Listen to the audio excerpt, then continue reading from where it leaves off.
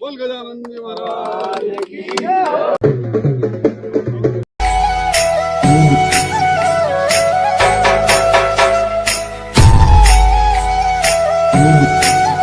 विशेष रूप से उत्तर के लिए बड़ा ऐतिहासिक क्षण है कि जिसके लिए यहाँ पर एक सैटेलाइट हॉस्पिटल जो वर्षों से यहाँ का एक स्वप्न था वो आज साकार हुआ है और उसमें लगभग सभी जो विशेषज्ञ डिपार्टमेंट्स की आवश्यकता होती है सभी यहाँ पर रहेंगे।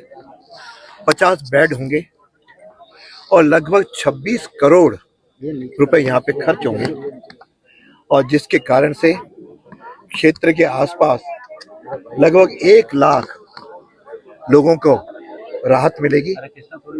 उस राहत के साथ साथ जो सबसे बड़ा एक और फैक्टर है, हम सब में से प्रत्येक को डिस्पेंसरी होने के बावजूद भी जेएलएन हॉस्पिटल जाना पड़ता है।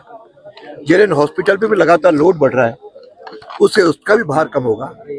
जब पंचशील में आज से 5 साल पहले सीएससी शुरू करवाई, उससे वहां के लोगों को राहत मिली। मेरा और सरकार का ये सोच है कि प्रत्येक क्षेत्र के जन को चिकित्सा सुविधाएं मिलें। और आज तो धन्वंतरी जयंती है और धन्वंतरी भगवान ने जो कि अपने आयुर्वेद के जनक रहे, उनकी भी सोच है सभी लोग स्वास्थ्य की कामना करते हैं, हम सब लोग स्वस्थ रहें। ऐसे शुभ क्षण पर माननीय मुख्यमंत्री ने जो विधानसभा में घोषणाएं की, उसकी आज पहली घोषणा आज धरातल पर आई है। इसलिए मैं सरकार का भी आभार व्यक्त करता हूँ, यहाँ की जिला प्रशासन का भी करता हूँ और चिकित्सा विभाग जिन्होंने इसके लिए अथक प्रयत्न किया है उनको भी धन्यवाद देता हूँ। विशेष रूप से साधारण विषय यहाँ के जो जन है अजमेर उत्तर का, उसके प्रति भी आभार व्यक्त करता हूँ जिन्होंने मेरे को इस योग्य बनाया कि आज मैं काम कर सका हूँ। 2003 से लगातार इनका आशीर्वाद मिलता रहा है और इस बार लगभग 1500 करोड़ के लागत की घोषणाएं सरकार के द्वारा अलग अलग विभागों में की हैं। चिकित्सा विभाग के पहले ये एक अपनी घोषणा पूरी हो रही है। बहुत जल्दी जो सुपर स्पेशलिटी ब्लॉक है वो भी हॉस्पिटल में बनने जा रहा है।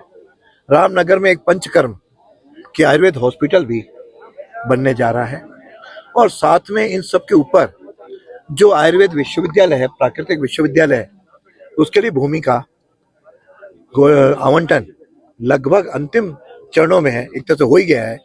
वह विश्वविद्यालय भी बनेगा। तो चिकित्सा के क्षेत्र में और शिक्षा के क्षेत्र में जहाँ एक और विश्वविद्यालय बन रहा है, साथ में अपना जो इंजीनियरिंग कॉलेज है उससे भी आईआईटी के समतुल्य आरआईटी भी वह बनने जा रहा है। तो चिकित्सा दोनों सुविधाओं में और चिकित्सा और शिक्षा दोनों के क्षेत्रों में हम आगे बढ़े।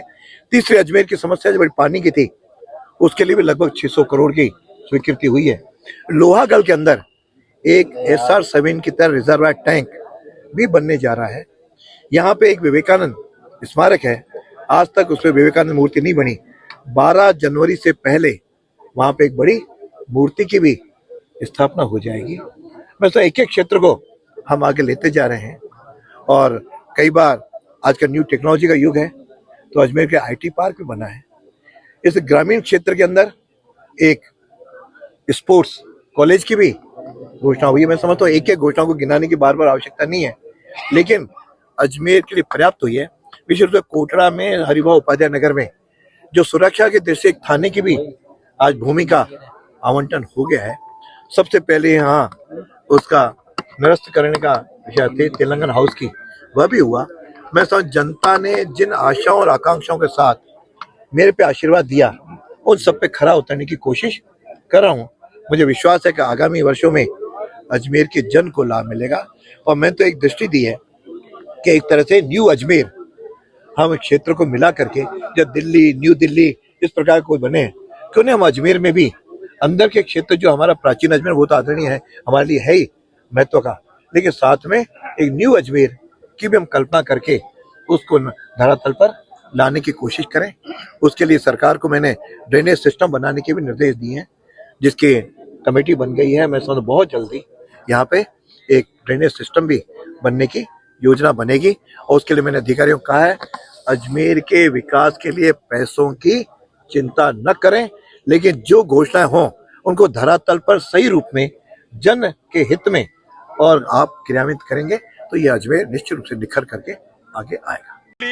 वर्ष 2024 और भाई दूज इनकी हार्दिक बधाई और शुभकामनाएं मैं मेरे संगठन की ओर से अखिल राजस्थान राज्य संयुक्त कर्मचारी महासंघ एकीकृत की ओर से हार्दिक बधाई और शुभकामनाएं देशवासियों को, प्रदेशवासियों को और 7 लाख राज्य कर्मचारियों को प्रस्तुत करता हूं। साथ ही आम जनता से अपील करता हूं कि आप छोटे छोटे जो व्यवसाय करने वाले जो व्यक्ति हैं उनसे आप सामान लीजिए और उनके शुभ कार्यों में और उनके परिवार के खुशियों में आप उनके हिस्सेदार बनिए।